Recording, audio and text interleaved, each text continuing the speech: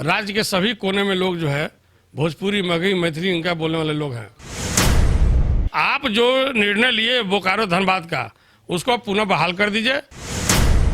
भाषा का जोड़ने से अगर राज्य का विकास होता है, समाज का विकास होता है, तो स्वागत करना चाहिए। भाषा विवाद तो किसी व्यक्ति विशेष का हो ही नहीं सकता है। विधि व्यवस्था का रक्षक चुप क्यों है? झारखंड में भाषा विवाद थमने का नाम नहीं ले रहा है और इस विवाद में एक और नया मोड़ आया है। राज्यपाल ने केंद्रीय गृह मंत्रालय को जो रिपोर्ट भेजी है, उसमें यह कहा गया है कि भाषा विवाद से कानून व्यवस्था राज्य में बिगड़ सकती है। इस वक्त हमारे साथ मौजूद हैं भोजपुरी, मगही, मैथिली और अंगिका एकता मंच के अध्यक्ष कैलाश यादव जी। इनसे ही जानते हैं, ये विवाद थमने का नाम नहीं ले रहा है और इसमें राज्यपाल ने जो केंद्रीय गृह मंत्रालय को रिपोर्ट भेजा है, इससे क्या लगता है कि सच में राज्य की स्थिति जो है वो एक भयावह हो चुकी है? निश्चित तौर पर जो हम लोग आशंका था पहले से, जिसको हम लोग निरंतर दोहराते आ रहे थे, कार्यक्रम के माध्यम से, प्रेस के माध्यम से, उसको महामहिम राज्यपाल के द्वारा जो कल चिट्ठी गया है आधिकारिक रूप से, वो ये संदेश देता है कि राज्य की विधि व्यवस्था की स्थिति ठीक नहीं है, खास करके भाषा विवाद को लेकर और जो प्रायोजित 1932 खतियान का जो मांग किया जा रहा है, इसको लेकर। तो ऐसा प्रतीत होता है कि जो 2002 में जो घटना हुआ था, यही 1932 खतियान के मामले को लेकर, 1932 खतियान लागू करेंगे, सरकार रिजिड थी। उस समय जो राज्य के मुखिया थे आदरणीय बाबूलाल मरांडी जी, उन्होंने नहीं माना। उनके सलाहकारों ने बताया कि नहीं, आप अपने निर्णय से पीछे मत हटिए, आवाज़ उठेगा लेकिन दब जाएगा। नतीजा क्या हुआ? कई लोगों की जान चले गई, मिला कुछ नहीं। और इस बार जो लग रहा है, क्योंकि उस समय तो एक रूलिंग पार्टी का निर्णय था, इस बार तो रूलिंग पार्टी और विपक्ष दोनों लोग हैं। और जो लोग अपने आप को स्थानीय बोल के, झारखंडी बोल के जनभावना को भड़का रहे हैं, इसका परिणाम बहुत भयावह होने जा रहा है। ऐसा हम लोग को अंदेशा हो रहा है, शंका हो रहा है।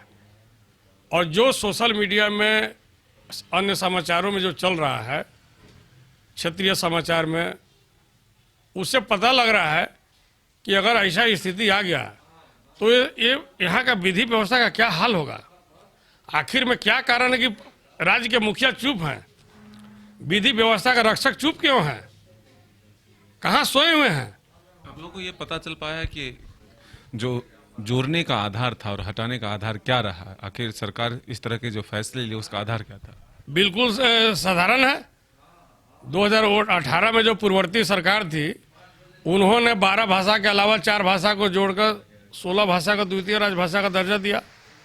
वो सरकार जोड़ के चले गई, उनका शासनकाल खत्म हो गया, रघुवर जी हट गए, नई सरकार आ गई। तो सरकार की उस समय तक मंशा ठीक थी कि क्षेत्रीय भाषा में इनको भी जोड़ दो, इनके भी बच्चे का रोजी रोजगार, नौकरी हो, मंशा साफ थी।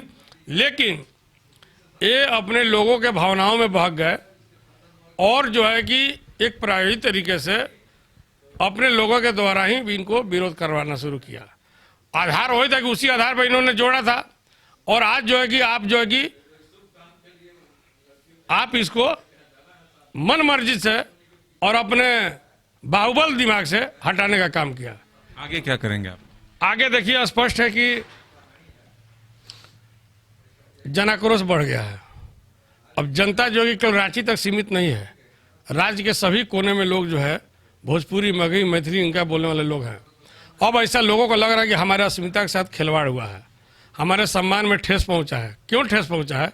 कि लोग यहाँ सैकड़ों साल से रह रहे हैं, तीसरी, चौथी, पांचवी पीढ़ी लोग की रह रही है, और उसको आप कहते हैं कि आप अतिक्रमणकारी हैं, आप जो है कि घुसपैठी हैं, आप बाहरी हैं। तब लोगों को ऐसा लगता है कि धिक्कार है। लोग सुनते सुनते जो है कि अब अपना गए हैं। तब लोग को लगता है कि नहीं, प्रोटेस्ट करना चाहिए।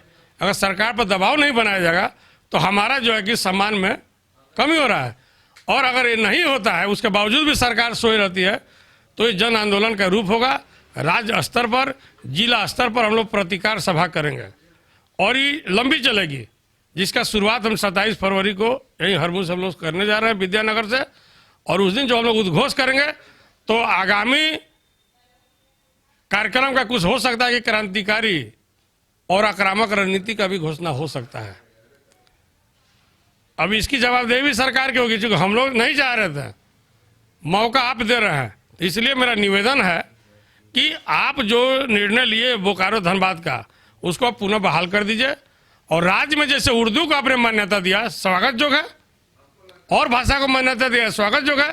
भाषा को जोड़ने से अगर राज्य का विकास होता है, समाज का विकास होता है, तो स्वागत करना चाहिए। ये भाषा विवाद तो किसी व्यक्ति विशेष का हो ही नहीं सकता है, लेकिन आप इसको व्यक्ति विशेष बनवा रहे हैं और व्यक्तित्व पर हमला कर रहे हैं, तो निश्चित तौर पर इसका प्रतिकार होगा। इसलिए इसको इमीडिएट निरस्त कीजिए और उन भाषा के लोगों को सम्मान दीजिए और भाषा को क्षेत्रीय भाषा की सूची में पुनः शामिल कीजिए। नहीं तो आंदोलन का रूप जो है कि बड़ा होते जाएगा दिन प्रतिदिन। लगता है कि 2002 की स्थिति फिर से पैदा होगी? लगता नहीं, ऐसी स्थिति उत्पन्न हो गई है और ये पूरा जो है कि प्रमाणित हो गया है, जो कल महामहिम राज्यपाल के द्वारा जो है कि गृह मंत्रालय को अनुशंसा किया गया है।